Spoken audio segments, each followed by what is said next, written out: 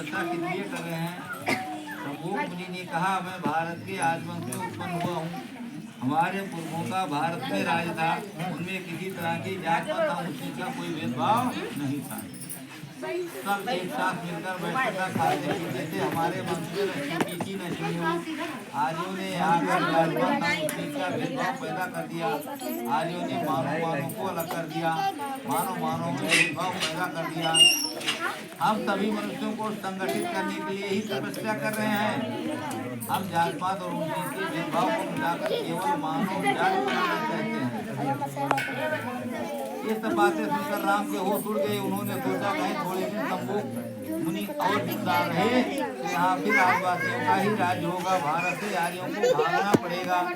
ये सोच विचार कर राम ने डरते हुए शंभू से कहा, हे मुनि, शूद्र होकर वर्ण व्यवस्था के विरुद्ध तपस्या कर रहे हो। तुम्हारा कार्य तो आर्यों की सेवा करना है। तुम्हारी तपस्या से ब्राह्मण का लड़का मर गया है, इसलिए मैं तुम्हें दंड देने आया हूँ। शंभू मुनि ने कहा, हे राजन, मैंने कोई अपराध नहीं किया है। मैंने किसी की हत्या नहीं की है, नहीं मैंने चोरी की है, मैंने व्यभिचार नहीं किया, मैंने किसी घर में आग नहीं लगाई, किसी का धन नहीं लूटा है। हे राजन, मैंने सुना था आप न्याय करते हैं, क्या यही आपका न्याय है? रामचंद्र ने कहा, हे तपस्वी, तुम्हारे ज्ञान के आगे मेरा मस्तक झुक रहा है। लेकिन ब्राह्मण मंत्रियों ने बताया, तुम्हारे तपस्या करने से देश में पानी नहीं बढ़ता है, देश में अकाल पड़ गया है। ब्राह्मणों को तुम्हारी तपस्या से बड़ा कष्ट हो रहा है, उनका ज्ञान नष्ट हो रहा है, उनका बेटा मर गया, इसलिए मैं तुम्हें दंड देने आया हूँ। दोनों के इस बातचीत के समय ही मुनि की धर्मपत्नी तुंगभद्रा आ गई। उसने रामचंद्र से कहा, राजन, मेरे पति को क्षमा कर दीजिए। नारी को रोककर मुनि ने कहा, तुम वीर नारी हो, तुम किससे क्षमा मांगती हो? क्षमा की आवश्यकता नहीं, मैंने आदिवासियों को जगाया है। अन्यायी राजा से क्षमा मांगना अधर्म और पाप है। रामचंद्र, देर क्यों कर रहे हो? मैं अपने धर्म पर मिटने को तैयार हूँ। जैसे ही रामचंद्र ने मुनि को मारने के लिए तलवार निकाली तो ही तुंगभद्रा सामने आकर रामचंद्र को डांटकर बोल उठी, अन्यायी राजा, मेरे पति को मारने से पहले मेरा सिर गर्दन से अलग कर दे। चुप क्यों हो रहा? हाथ क्यों रुक गया? मेरे सामने मेरे पति पर तलवार चला, देखो तो तलवार कैसे चलती है। रामचंद्र के होश उड़ गए, हाथ रुक गया, वह इधर उधर देखने लगे। वह वीर नारी से बोले, पतिव्रते, मैं सत्य धर्म की रक्षा करने आया हूँ। शंभू ने कहा, रामचंद्र, तुम झूठ कहते हो, तुम सत्य के नहीं, तुम पाप की पूजा करते हो। धर्म तो तुम में है ही नहीं। तुमने अपने स्वार्थ के लिए निषाद को गले लगाया, शबरी के झूठे बेर खाए, सुग्रीव को गले लगाया। हनुमान ने तुम्हारे साथ कितना उपकार किया, परंतु तुमने उसका मुंह काला कर दिया। तुमने उसकी पूंछ में आग लगा दी, सदा ही तुमने उसे अपने पैरों पास बिठाया। क्या यही तुम्हारा धर्म है?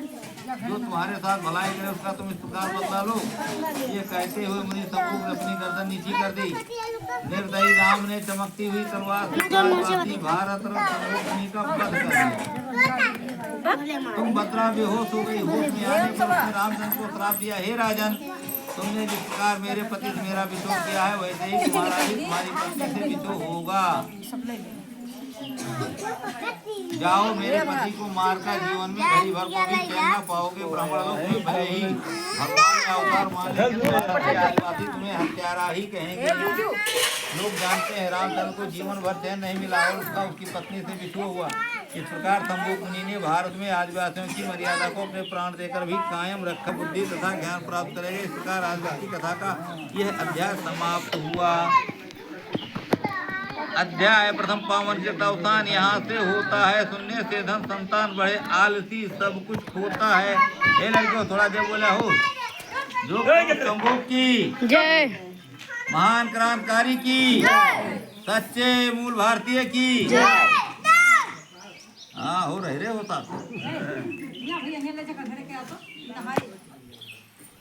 अब सुना शंभू मुनि कहानी, दोनों आकाश में घंटा बजाएगा।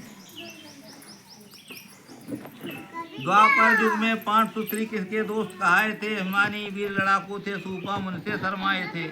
ऐसे सूपा मुनि भक्त का कहूँ इतिहास पुराण, और बैठे नर नारी सभी धुनिये धर का ध्यान। आज उसने श्रोतागण से कहा, द्वापर युग में जब महाभारत का युद्ध समाप्त हो गया, पांडव लोग उसमें विजयी हुए। उस समय युधिष्ठिर ने स्वप्न में देखा, कौरव लोग तलवार और भाले लेकर उनकी तरफ दौड़े आ रहे हैं। युधिष्ठिर ने स्वप्न श्री कृष्ण से बताया। श्री कृष्ण का, हे युधिष्ठिर, तुम्हें महापातक लग गया है। उससे मुक्ति पाने के लिए एक महायज्ञ कीजिए, जिसमें सभी मुनियों, ऋषियों और ब्रह्मचारियों को भोजन आमंत्रित करके भोजन करवाइए। श्री कृष्ण ने आकाश में बहुत ऊंचे पर घंटा बांधकर युधिष्ठिर से कहा, जब तुम्हारा यज्ञ पूरा हो जाएगा तब घंटा अपने आप 7 बार बजेगा। भोजन यज्ञ प्रारंभ हुआ। हजारों मुनियों, ऋषियों और ब्रह्मचारियों ने भोजन किया, परंतु एक बार भी घंटा नहीं बजा। ये देखकर युधिष्ठिर अपने भाइयों सहित श्री कृष्ण के पास गए और सब समाचार श्री कृष्ण को बताया। श्री कृष्ण ने कहा, हे युधिष्ठिर, सूपामुख सुदर्शन तुम्हारे यज्ञ में नहीं आए हैं, इसलिए घंटा नहीं बजा है। जब 25 कोट ब्राह्मण और 80,000 ऋषि मुनि आचार्य भोजन कर रहे थे, उस समय उनमें पशु रूप थे। कोई धन पशु धन का अभिमानी, कोई विद्या पशु विद्या का अभिमानी, कोई रूप पशु रूप का अभिमानी, कोई बल। तो सूपा मुनि ने भीम से क्या कहा सुनिए। राजा वेश्या जात शिकारी महायकर्मी विषय विकारी, इनके घर जो भोजन पावे पुण्य क्षीण हो नरके जावे। खोटा सदोष सदा इन संगा निकट जात होवे मति भंगा। तासे कहो उन्हें तुम जाई और हम नहीं भोजन करेंगे भाई। यानी राजा वेश्या जात शिकारी और विषयी पुरुष के घर कभी भी भोजन नहीं करना चाहिए। जो ऐसे लोगों के घर भोजन हमारे हैं। भीम कई घंटे सुरनी उतारने में जुटे रहे, परंतु सुरनी तत्व से मस्त नहीं हुई।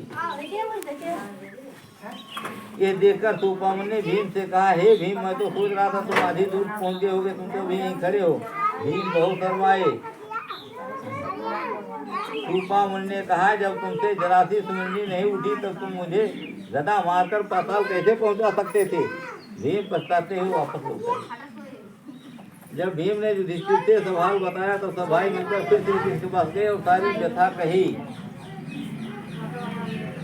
श्री कृष्ण बोले, हे युधिष्ठिर, सारे संसार में सूपामुख सुदर्शन ही सच्चे भक्त और तपस्वी पुरुष हैं, जो निर्लोभी और निराभिमानी हैं। उनके बिना ये पूरा नहीं हो सकता। इसलिए धर्मराज, तुम स्वयं जाकर सम्मान पूर्वक पालकी पर सूपामुनि को दया आ गई और युधिष्ठिर साथ कर दिए। सूपामुनि सुदर्शन सामने भोजन का थाल आया, जिसमें भांत भांत के कटोरियों में अलग अलग व्यंजन थे। सूपामुनि सुदर्शन ने सब कटोरियों के भोजन को एक में मिलाकर भोजन करना प्रारंभ किया। 3 कोर खाए, 3 बार आकाशी घंटा बजा। तब तक द्रौपदी ने थाली को ओर देखा, देखकर सोचा, अरे ऋषि मुनि खाना नहीं जानते। सूपामुनि सुदर्शन द्रौपदी के मन की बात जान गए और तुरंत हाथ में धोकर चल दिए। केवल 3 ही घंटे सुनकर युधिष्ठिर ने फिर श्री कृष्ण के पास जाकर उसका कारण पूछा। उन्होंने बतलाया, द्रौपदी के मन में घृणा का भाव पैदा हो गया है। ऋषि मुनि भोजन करना क्या जाने। ये जानकर सूपामुनि चले गए हैं। अब जल्दी दौड़कर उन्हें प्रार्थना करके उन्हें वापस लाओ, वरना सब यज्ञ बेकार होगा। युधिष्ठिर सूपामुनि पीछे दौड़े और चरणों पर गिरकर बोले, भगवान अपराध क्षमा कीजिए, मेरे ऊपर दया कीजिए।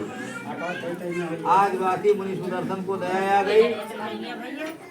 वो वापस लौट आए दूसरों पर दया करने के लिए, दूसरों का कल्याण करने के लिए। सूपामुनि ने आज पुरुष का ध्यान करके भोजन किया। तभी आकाश में 4 घंटे और बजे। 31,000 ब्राह्मणों, मुनियों, साधु सन्यासियों ने सूपामुनि की जय बोली।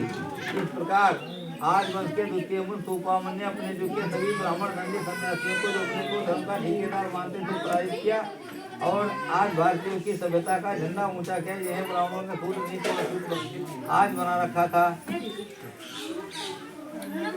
मुनि आज ने श्रोतागण को इस प्रकार सूपामुनि सुदर्शन की कथा को सुनाया। महाभारत के युग में श्रवण संस्कृत का महत्व बतलाया।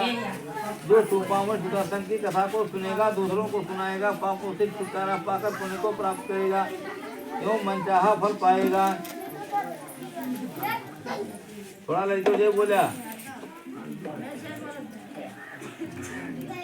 आज वंश की कथा का यह द्वितीय अध्याय खत्म। इस तरह हो रहा, सुनिए सब चितलाए। सूपामुनि की, संत समाज की।